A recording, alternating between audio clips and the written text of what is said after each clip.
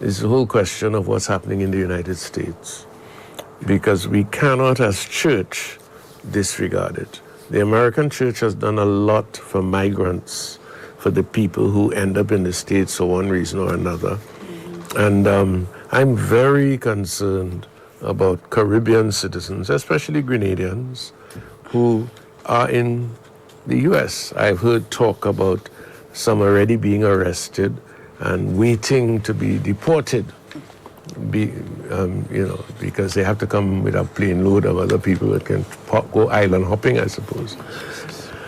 But the first thing to say to people is that those of you who are overseas, for God's sake, get together with other people and make arrangements.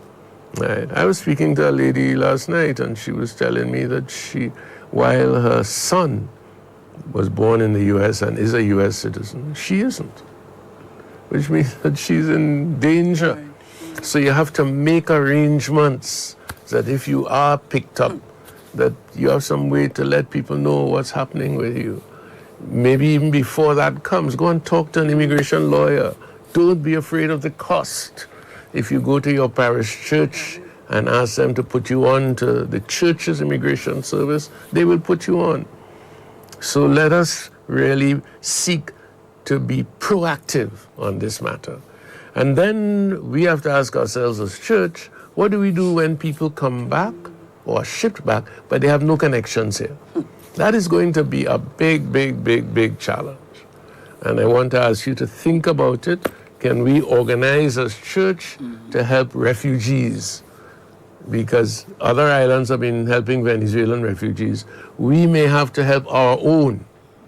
And let us think about that and seek to work from that.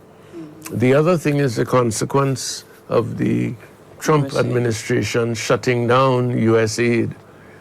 I haven't been able to get the figures as to how much U.S. aid has contributed to Grenada and to the Caribbean. I'm hoping to get those figures sooner rather than later. Just for in a year, how much would they normally have contributed? But they have helped us a lot.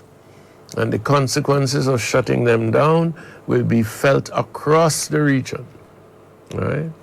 But if they are no longer going to be able to help us, we have to help ourselves, folks. We have to help ourselves, folks. We have to help ourselves.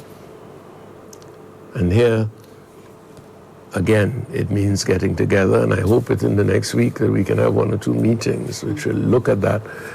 Although some people are saying it's too early to say, but we can't sit down and wait. And maybe something really good will come out of this, where we will become a little more independent of other people, but also more caring for each other.